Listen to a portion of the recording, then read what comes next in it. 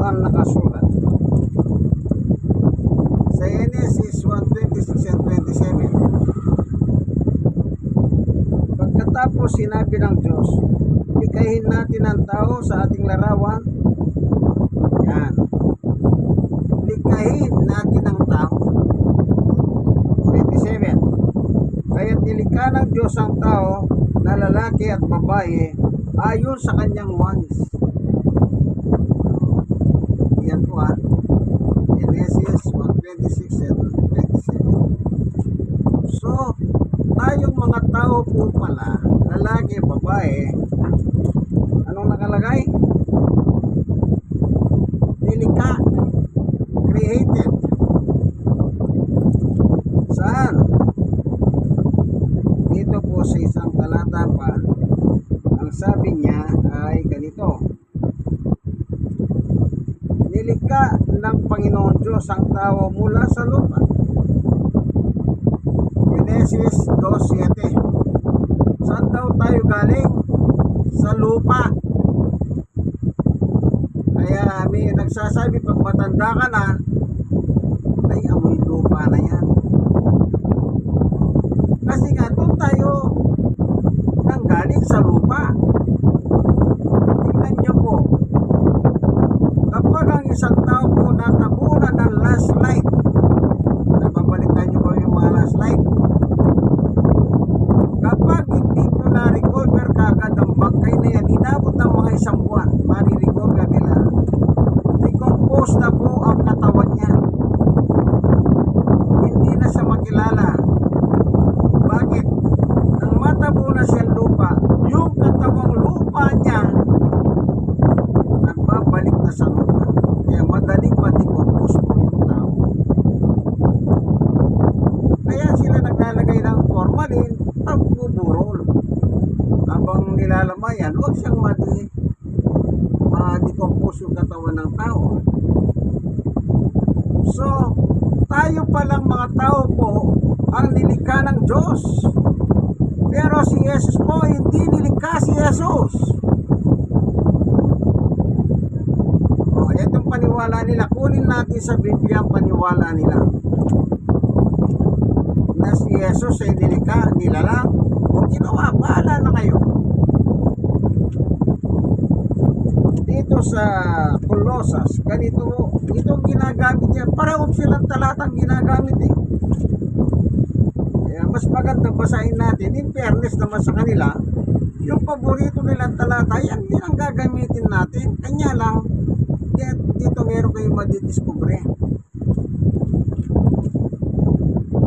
Anong nakalagay po?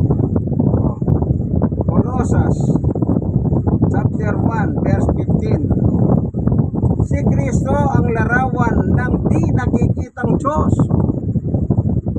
Kalarawan na Kristo ang Diyos. Opo. At siya ang may kapangyarihan sa lahat ng nilikha. Sa lahat ng nilikha ng Diyos, ang may kapangyarihan ay walang iba kundi si Jesus. Kung nilikha si Jesus, ano ba yun? Hindi nga gulo-gulo na. Kaya magulo po ang doktrina nilang yan. Basahin natin dito sa 1:1 at 2. 1:1. Bago pa man likahin ang lahat, naroon na ang tinatawag na salita. Ang salita ay kasama ng Diyos at ang salita ay Diyos. 2. Sa simula pa'y kasama na siya ng Diyos. 3. Nilikha ang lahat ng bagay sa pamamagitan niya at walang anuman nilikha nang hindi sa pamamagitan niya. Ito na. Walang nalikha kung wala yung salita. Sino yung salita? Si Jesus. 1:14. Nagkatawan tao ang salita at namuhay na kasama natin. Nakita namin ang kadakilahan niya bilang kaisa sa anak ng Ama. Puspos siya ng biyaya at pawang katotohanan ang sinasabi niya.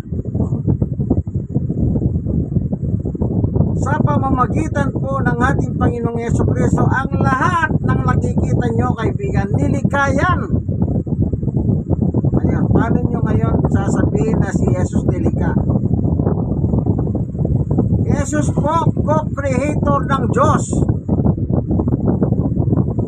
Wala kayong mababasa na sinabi ng Diyos, ang aking anak ay nilika ko. O wala kayong mababasa na sinabi ng anak, ako'y nilikha ng Diyos, ng aking ama. Wala.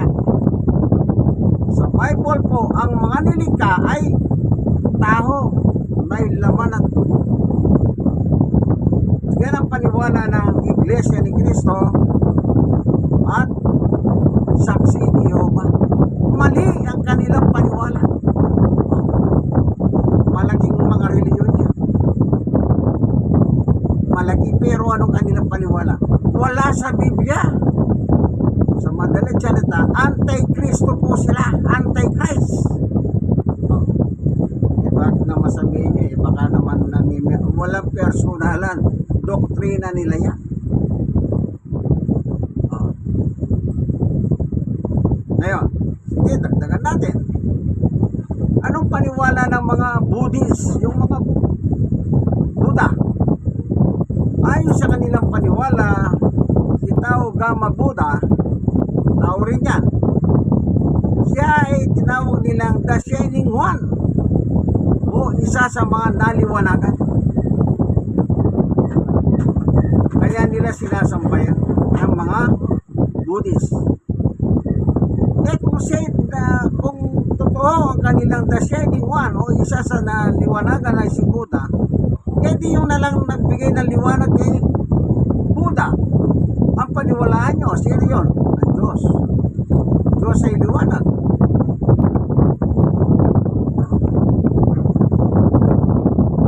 Di yung Diyos dapat, hindi yung naliwanagan. Ano pa?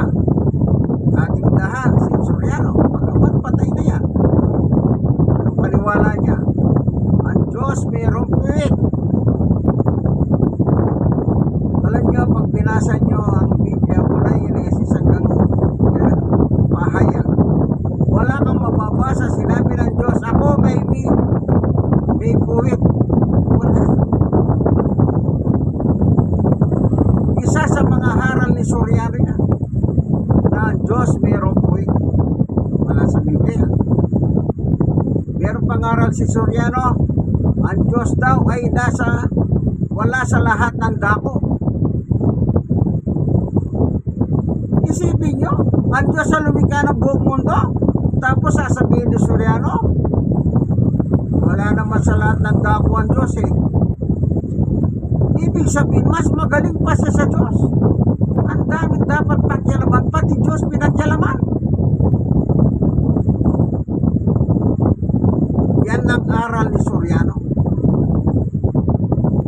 Isipin nyo, pinagkikipaglaban pa nila yan. Sino pa? Yung mga ibang born again ng paniwala nila oneness o Unitarian. Anong turo nyo? Si Jesus, si ang Diyos, si Jesus siyang anak, si Jesus siyang Espiritu Santo. Para daw kape 3 in 1. Para daw itlog. Meron siyang unang balat, yung matigas, niloko. Meron siyang kasunod na isang balat, yung malambot. At saka yung laman ng ito. Parang itlog daw. Alam nyo, gumagamit silang Biblia, pero nilalait nila ang Diyos. Pag ganyan po, nakakatakot yan. Nakakatakot. Kunwari may hawak na Biblia, pero anong tingin nila sa Diyos? 3 in 1 na kape, parang itlog. Ang Muslim naman, ang founder nila si Muhammad. Alam nyo ba yung kung ano yung pinakahunang asawa ni Muhammad? 9 na taong gulang, dalaga na raw yun. At ang paniwala nila, hanggang 4 ang asawa, pwede.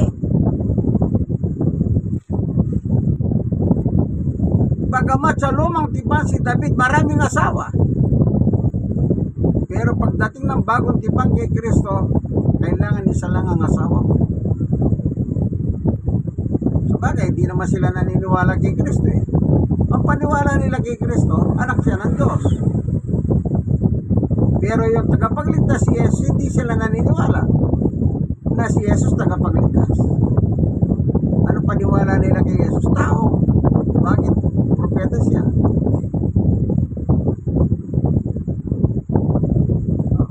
Ang mga propeta sa Biblia, tao yan. Kagaya ni Propeta Muhammad, tao yan. Tapos si Jesus, propeta rin sa kanila. Si Jesus at si Muhammad magkalipin. Pareho silang propeta. Pero ang propeta, tao yan. Hindi tao si Jesus eh. Anak siya ng Diyos. At naniniwala sila na si Jesus anak ng Diyos. Kaya hindi sila naniniwala na si Jesus ay Diyos. Basta propeta lang sa amin. Anak ni Maria.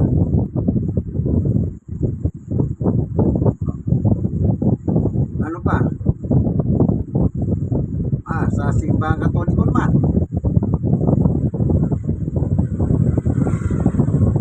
Ako naririnig ko lang ito sa simbahan mismo sa kanila. Kapag yung patay na, ipinapanalangin pa nila sa Diyos. Minsan sumama ako sa libing sa San Pablo sa San Pablo.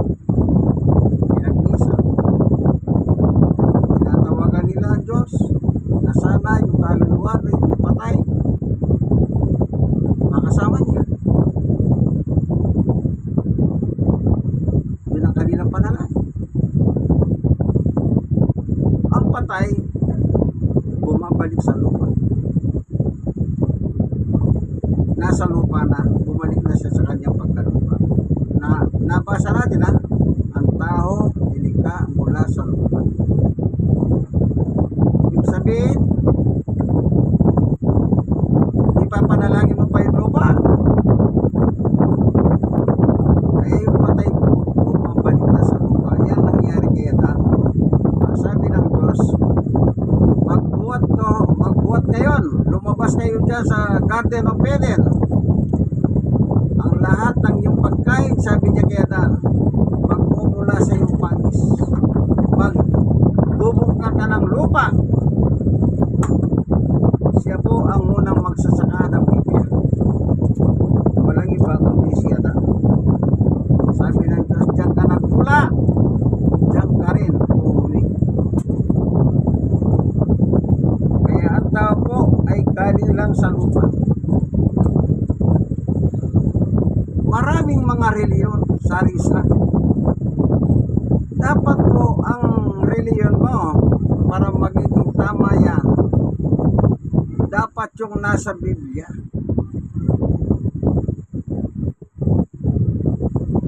Yung si Jesus nila lang, wala naman sa Biblia yan.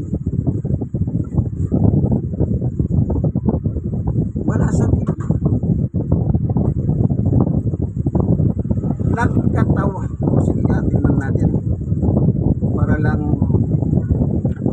anong sinasabi ng Biblia sa ating Panginoong Jesucristo? Dito po sa si Pablo, tingnan nga natin.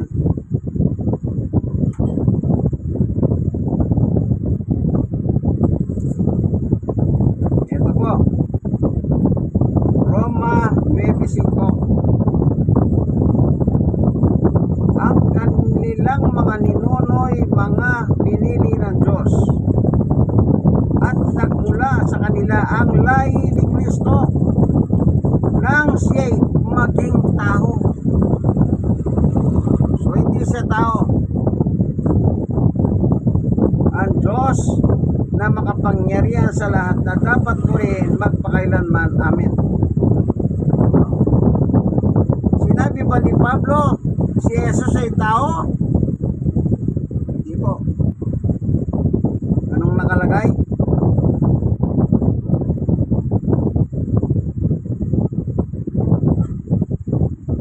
nagmula sa kanilang lahi si Kristo, yung mga Hudyo po, Israelite, at siya'y naging tao. So hindi po siya tao, naging tao. Dito pa, Filipos 2:6-5. Dapat maging katulad ng kay Kristo Jesus ang pananaw ninyo. 6. Kahit na nasa kanya ang katangian ng Diyos, hindi niya tinuring ang pagiging kapantay ng Diyos isang bagay na dapat patawaran. Sabihin magkapantay po sila kasi anak ng Diyos si Jesus. Kung ang Diyos ay Diyos, Diyos din po si Jesus. Ito ba? Kolosas 1. Ganito naman ang nakasulat sa 9. Sapagkat minabuti ng Diyos ang pagka-Diyos niya ay manahan ng lubos kay Kristo. Pagka-Diyos ng Diyos ay manahan kay Jesus. 2:9 pa. Ano ba nakalagay dito? At huwag kayong Kolosas 2:9. Huwag kayong madadala dahil ang kapuspusan ng Diyos ay nananahan sa katawan ni Kristo. Ang pananampalataya ng tao, kailangan po yung nakasulat sa Biblia. Ano man yung binabanggit kay Jesus sa Biblia, huwag nyo po hindi tanggapin. Yan po ay pananampalataya. Kagaya ni Tomas. Tingnan nyo po si Tomas. Siya po isang apostol. Anong paniwala ni Tomas tungkol kay Jesus nang magkaroon sila ng pangalawang diskusyon o pagkikita? Yung unang pagkikita, hindi sila nagkita. Yung ikalawa, tingnan nyo po na nag-uusap si Jesus at si Apostol Thomas. Ganito po ang nakasulat. 28. 1:20-28. Sinabi ni Tomas sa kanya, kausap niya si Jesus ha. Sinabi ni Tomas sa kanya, Panginoon ko at Diyos ko. Ito yung magandang pananampalataya. Ano si Jesus kay Apostol Thomas? Panginoon ko at Diyos ko. Nagkamali ba si Tomas dyan? Walang kamali-mali si Tomas. Tama po yan. Tama po yan. Siya ay Panginoon at Diyos ni Tomas. Dapat ganyan din po tayo. Ano si Jesus? Ating Panginoon at ating Diyos. Hindi po siyang Ama. Iba po yung Ama. Iba po yung Anak. Iba po yung Espiritu Santo. Dapat ang pananampalataya mo yung kompleto sa Biblia. Huwag kayong mamiling talata ng Biblia. Lahat ng talata patungkol kay Jesus, paniwalaan nyo nila. Kahit anong reliyon ka, kaibigan, walang problema sa Diyos. Pero kung meron ka ng reliyon, pero paniwala mo naman kay Jesus, nilalang, di Antichrist ka, nilalabanan mo ang Diyos. Kaya ganito na lang po kay Jesus. Basta wala po tayong personalan, wala tayong sama ng loob sa iba't ibang reliyon. Tinitignan lang natin ang kanilang kailangan po Biblia.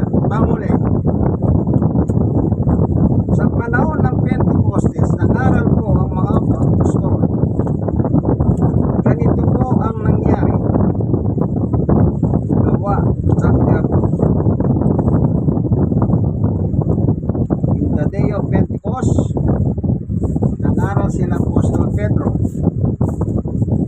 Anong naging resulta? Chapter 2 ng Gawa. Ganito po ang nakalagay.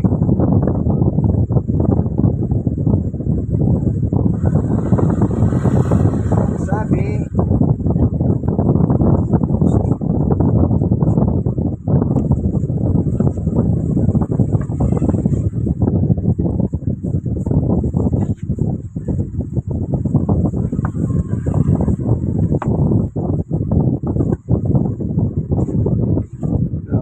Gawa 2 dito sa 40. Marami pang ipinahayag si Pedro para patunayan sa kanila ang kanyang sinabi at iniling niya sa kanila, iligtas ninyo ang inyong sarili sa masamang inirasyon nito. 41. Maraming ang naniwala sa kanyang mensahe at nagpabautismo agad sila. Nang araw na iyon, mga 3,000 tao ang nadagdag sa mananampalataya. 42. Naging masigasig sila sa pag-aaral at mga tinuturo ng mga apostol na nagtitipon bilang mga kapatid sa paghahati-hati ng tinapay at panalangin. Yan. Anong sabi niya? They devoted themselves to the apostle teaching. Doon sila naging devoto sa turo at aral ng mga apostol. Ito po ang inyong kaibigan Jesus Brother Manny Bautista. Sana kaya tayo nila noon, panahon ng Pentecostes, ng ating paniwala ay sa